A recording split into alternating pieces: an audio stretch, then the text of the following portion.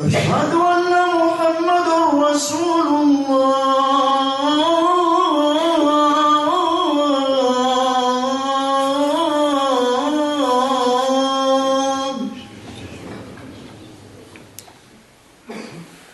حي على الصلاة.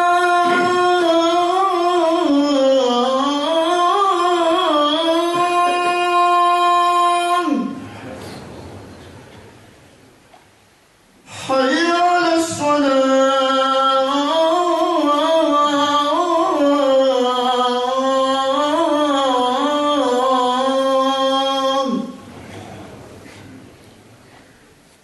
حي على الفلاح.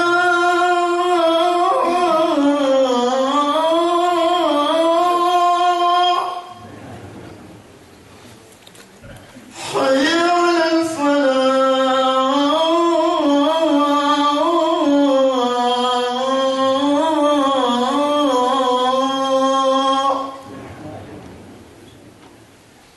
الله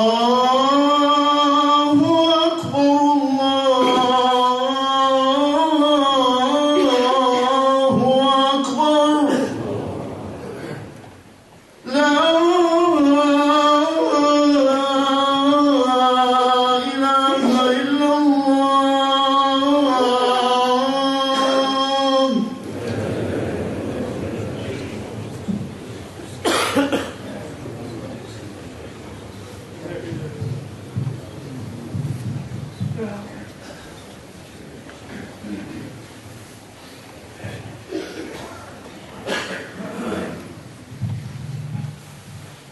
الحمد لله رب العالمين، نحمده ونستعينه ونستغفره ونستهديه ونعوذ بالله من شرور أنفسنا ومن سيئات أعمالنا. من يهده الله فلا مضل له، ومن يضلل الله فلن تجد له وليا مرشدا. وأشهد أن لا إله إلا الله وحده لا شريك له، وأشهد أن محمدًا عبده ورسوله بعثه الله بالحق بشيرًا ونذيرًا وداعيًا إلى الله بإذنه وسراجًا منيرًا. بلغ الرسالة، أدى الأمانة، جاهد في الله حق جهاده حتى أتاه اليقين. إخواني الأعزاء، يقول الله تعالى في محكم كتابه: أعوذ بالله من الشيطان الرجيم، بسم الله الرحمن الرحيم، والشمس وضحاها. وهذه والشمس كيف ما احنا نقول في دارجتنا والله، فالله يقسم هو سبحانه ايش بنفسه بالشمس وضحاها والقمر إذا تلاها والنهار إذا جلاها والليل إذا يغشاها والسماء وما بناها والأرض وما طحاها ونفس وما سواها فألهمها فجورها وتقواها. قد أفلح من زكاها وقد خاب من دساها. الأيمان هذه وحدة وراء وحدة، قسما وراء قسم. والشمس وضحاها والقمر إذا تلاها والنهار إذا جلاها والليل والسماء والأرض ونفس. باش يقول لنا ربي ماذا؟ باش يقول لنا حاجة واحدة، أن الذي أفلح، اللي ينجح في الحياة هذه، من هو الذي زكى نفسه، واللي خاب وخسر وضاعت حياته كلها هو من ترك نفسه مهملة. اللي نجح هو الذي زكى نفسه، واللي خاب وخسر هو الذي دس نفسه ضيعها. يعني أن النجاح مش كيف ما احنا نتصوروه في حياتنا. احنا الناس اللي دايرين بينا هذم يصوروا لنا أمثالنا يرون أن اللي نجح هو اللي صار طبيب، هو اللي صار محامي، صار وزير، صار شخص يشار له بالإصبع في الحياة في المجتمع. إذا الإنسان حقق مكانة اجتماعية عالية هذا نجح. ممكن يكون في داخل نفسه صفر، مش مهم ما دام نجح.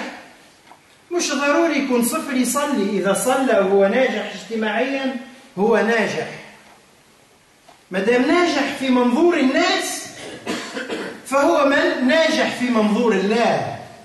يعني تحريفنا للأمور بلغ بنا أن نفرض على الله أن يرى الأمور بمنظارنا. أن نحن نتصوروا أننا إحنا نحسبوه مليح، متفوق، ناجح، أكيد أن الله يراه كذلك. وهذه مشكلة.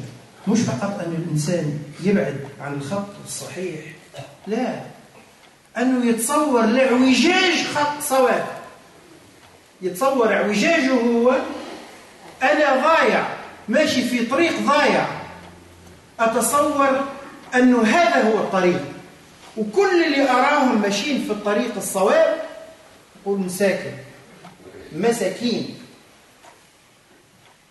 الله سبحانه يقسم في الآيات هذه.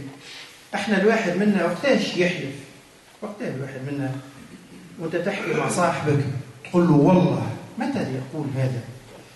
أحد أمرين: إما اللي قدامك مش حابب يقتنع، مش حابب يصدق، فلا تجد مسلكا وطريقا تخليه يفهم إلا إذا تحلف له فتقسم.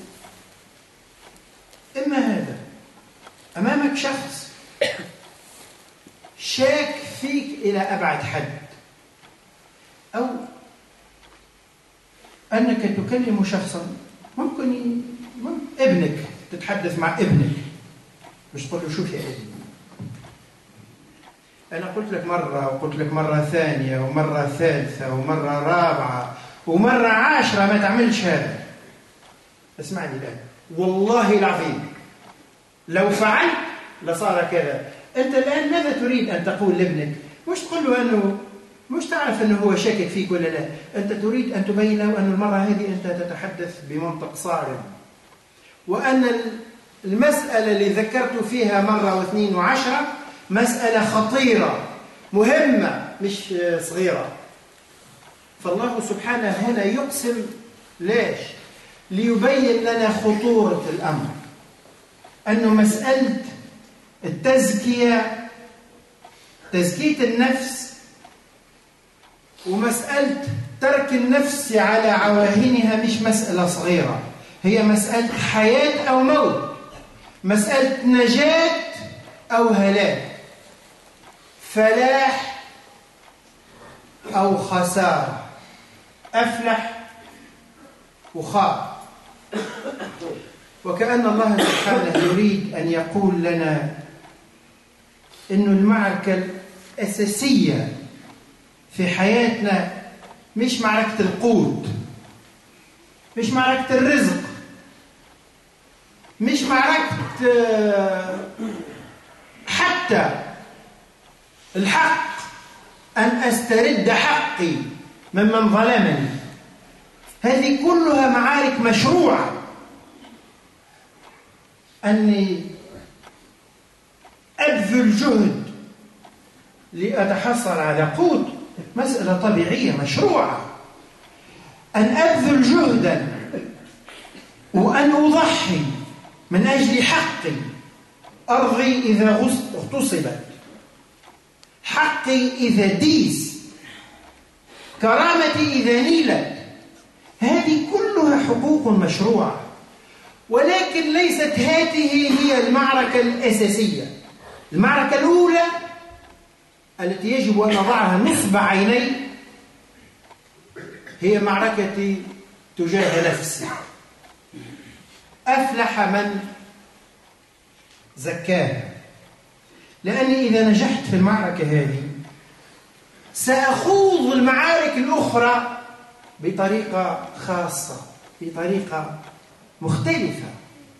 اللي ناجح في معركة تزكية نفسه يخوض معركة القوت، ولكن مش يدخل من الحلال والحرام وكيف مجال مهم أني آكل. تجوع الحرة، العرب قديما قالوا تجوع الحرة ولا تأكل بشرفها بثدييها. إذا نجحت في معركة التزكية سأخوض معارك التالية بطريقة مختلفة. أخوض معركة الحق والدفاع عن الحق، ولكن بطريقة حق، مش بطريقة يعني لأنه واحد نال من حقي أنا آخذ منه بأي طريق، كل الطرق ممكنة. لا لا لا لا لا لا لا. هذا منطق الإنسان اللي فاقد سند يستند به في أعماله واختياراته إلى الله عز وجل. أما واحد يخوض معركته في إطار النبوة، في إطار علاقته بالله. يا أخي هم الأنبياء عليهم السلام جميعا، مش اضطهدوا جميعا، فيهم من قتل، وكأي من نبي قتل معه ربيون كثير. في رواية، في قراءة قاتل معه ربيون كثير، ولكن في قراءة أخرى قتل معه ربيون كثير. قتل وقتل معه غيره. وش عمل؟ جهل، دخل الخلاء.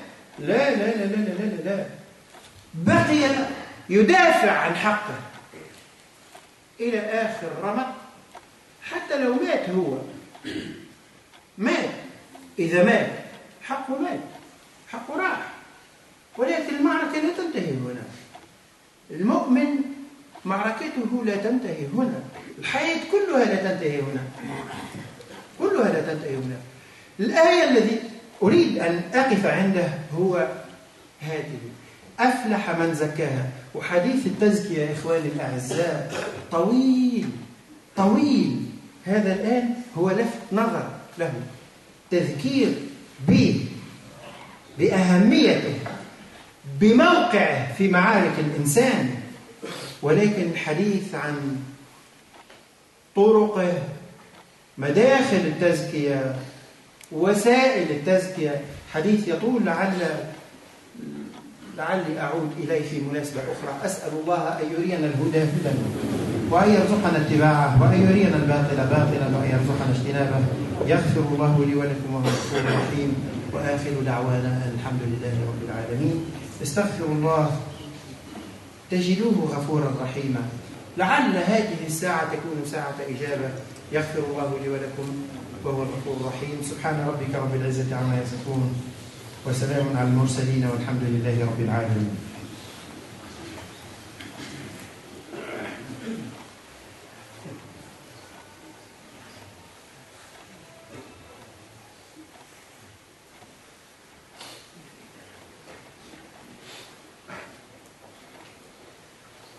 الحمد لله والصلاة والسلام على رسول الله وعلى آله وصحبه ومن تبع هداه. وأشهد أن لا إله إلا الله، وأشهد أن سيدنا ونبينا محمدا صلى الله عليه وسلم حبيبه ومصطفاه، بلغ الرسالة، أدى الأمانة، جاهد في الله حق جهاده، تركنا على محجة بيضاء ليلها كنهارها لا يزيغ عنها إلا هالك. نسأل الله العافية. Mes frères et sœurs, dans une sourate que beaucoup d'entre nous connaissent par cœur, Surat al-Shams, Wal-Shams, le soleil, par le soleil. Dans cette sourate, Allah subhanahu wa ta'ala commence presque la moitié de la sourate en répétant une série de serments. Il jure par 8 à 11 fois, selon comment on compte. Il jure plusieurs fois par le soleil, par la clarté du jour, par la lune, par le jour, par la nuit, par l'âme humaine. Pourquoi Allah subhanahu wa ta'ala jure-t-il? Quand est-ce que l'un de nous jure? Lorsqu'il a en face de lui quelqu'un qui doute. Et donc, il ne trouve pas de moyen pour lui prouver que de faire appel à quelque chose de fort. Il jure, on jure.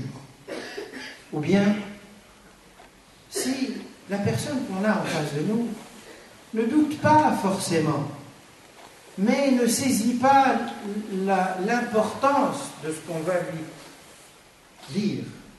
Et donc, pour lui faire comprendre que ce qui va suivre est capital, est fondamental, on commence par jurer.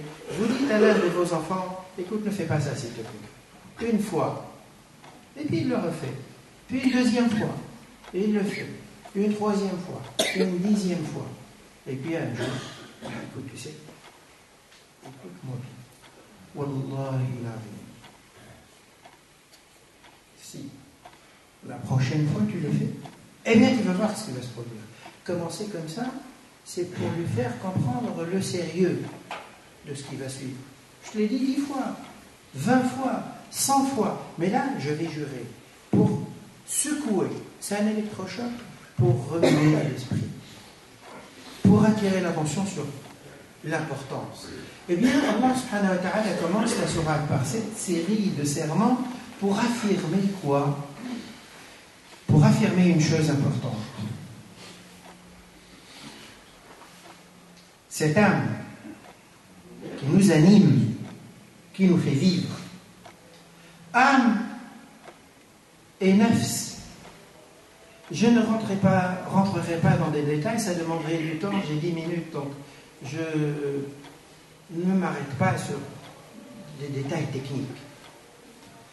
Cette âme qui nous anime, Allah subhanahu wa ta'ala nous dit qu'il lui a montré, il a mis en nous une faculté qui nous permet de distinguer le bien du mal. Alhamaha fujuraha wa taqwaha. Il lui a montré la voie du mal, la voie du bien, et il lui a donné la capacité de les distinguer.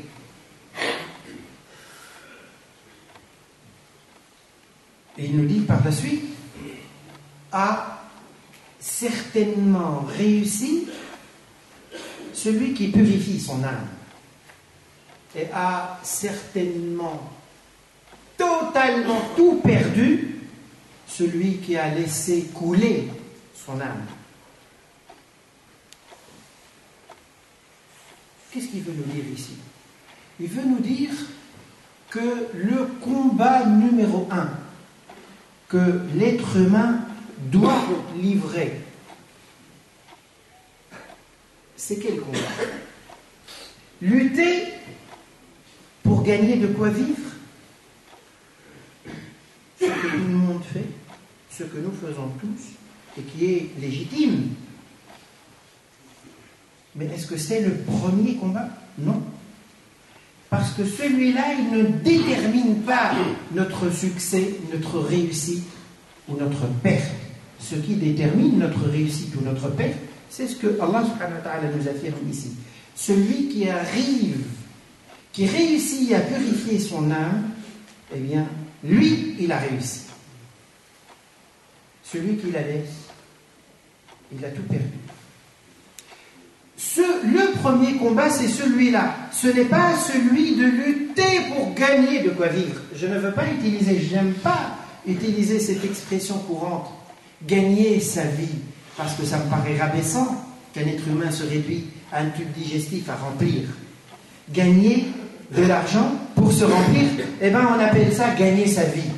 Je gagne ma vie lorsque je touche un salaire de 10 000 € par mois et je vis bien. Eh bien j'ai gagné ma vie, c'est comme ça qu'on définit. Cette expression veut dire, sous-entend ça. C'est pas lutter pour gagner de quoi vivre, bien que c'est important. Ce n'est pas non plus lutter pour récupérer un droit perdu, piétiné. Peu importe que ce droit soit individuel, collectif, ma dignité, mes territoires, mes biens, ce sont des luttes légitimes, comme le fait de lutter pour gagner de quoi vivre. Mais ce ne sont pas la lutte première. Qu'est-ce que ça veut dire aussi? Ça veut dire que celui qui réussit cette lutte de purification de l'âme mènera aussi les autres combats, mais il les mènera d'une autre manière, d'une façon différente, d'une façon propre, clean, différente. Il ne renoncera pas, mais il les mènera d'une manière différente.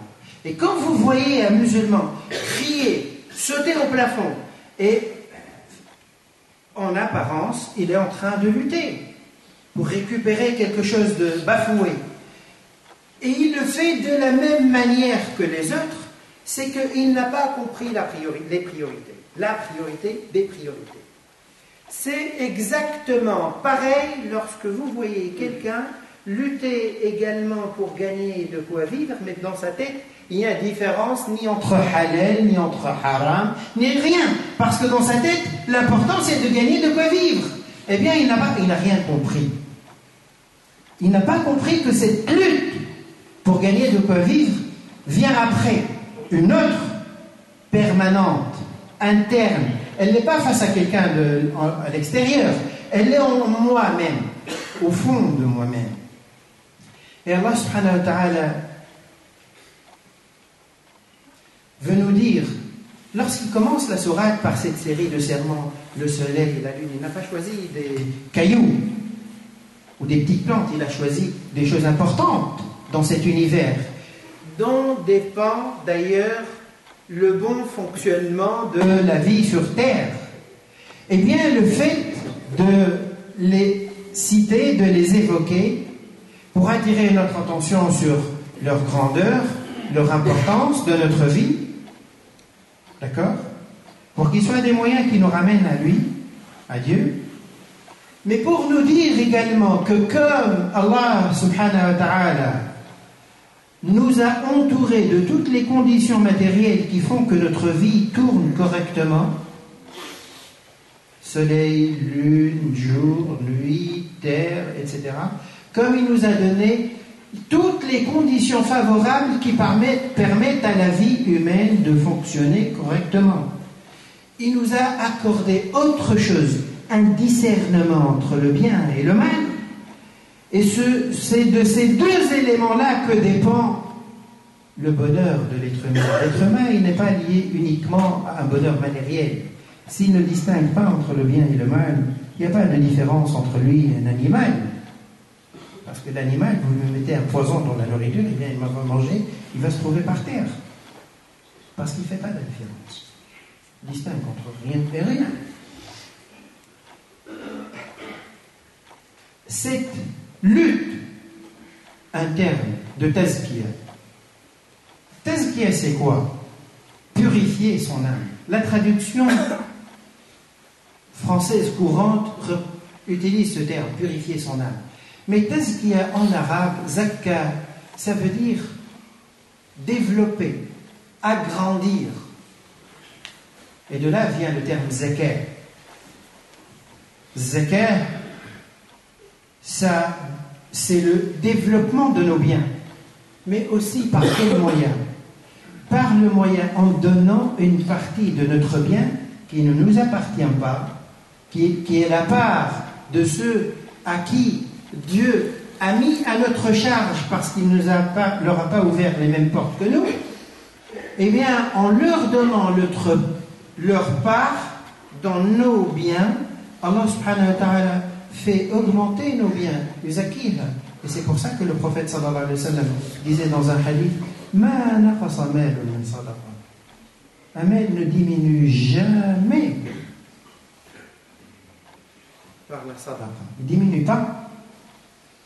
Eh bien, Allah subhanahu wa ta'ala veut nous dire que la tazkiya passe par deux choses.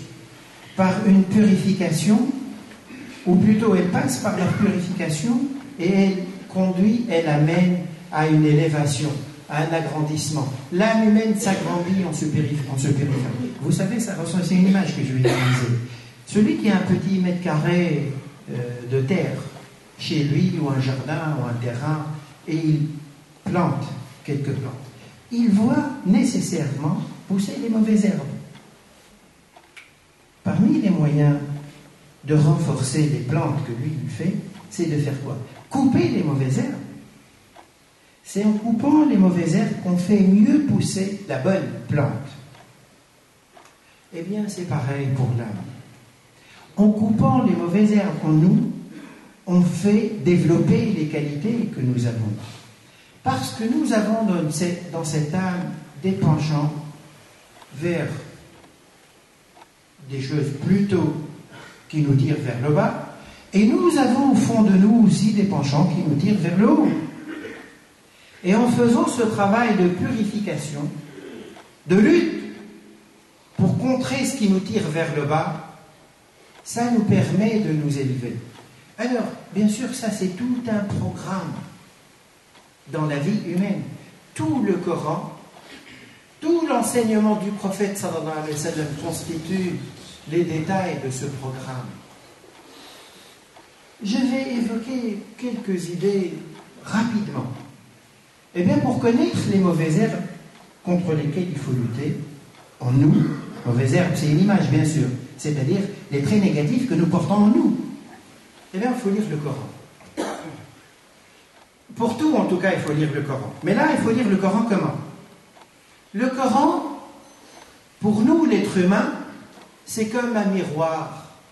Quand tu te tiens devant un miroir, eh bien, tu vois ton visage, tu viens comment tu es.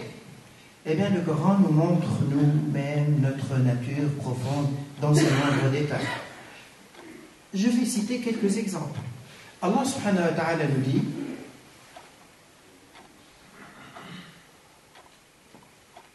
كلا إن الإنسان ليطغى أن رآه استغنى. L'être humain, il est de nature à dépasser les bornes lorsqu'il se trouve autosuffisant. Il n'a besoin de rien et de personne. Ou bien il se trouve riche. La richesse lui tourne la tête comme une bouteille d'alcool. Elle lui tourne la tête. Eh bien ça, il n'y a pas besoin à se casser la tête, nous, pour essayer de nous comprendre, ni aller s'allonger sur un divan devant un psy qui est comme nous. C'est en se tenant devant ce miroir que Allah subhanahu wa ta'ala nous renvoie ce trait en nous. Et c'est un trait. Le mot insan revient 56 fois dans le Coran, et quand on va les chercher, en plus on compte en Adam, Bali Adam, c'est autre chose. Quand on va voir le Coran, Allah subhanahu wa ta'ala nous décrit ses traits. Dans un autre verset, il nous dit Inna al-insana khuliqa halu'a. إذا مسه الشر جزوعا وإذا مسه الخير منوعا. Donc pour nous connaître, lisons le Coran. Il nous dit que l'être humain, il panique vite, il est instable. Si un bien le touche, il est aisé, et il oublie tout autour de lui.